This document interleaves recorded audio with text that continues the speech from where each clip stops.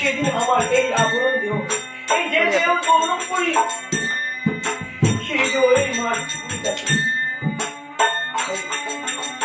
মানবদের গৌরব করতে এই কৃষ্ণ নামের গৌরব এই কৃষ্ণ নামের শেষের সম্পর্ক এই নাম নিয়ে আমরা প্রভুপাল যাইতে আইতে যে কৃষ্ণ নাম মাতা হইয়া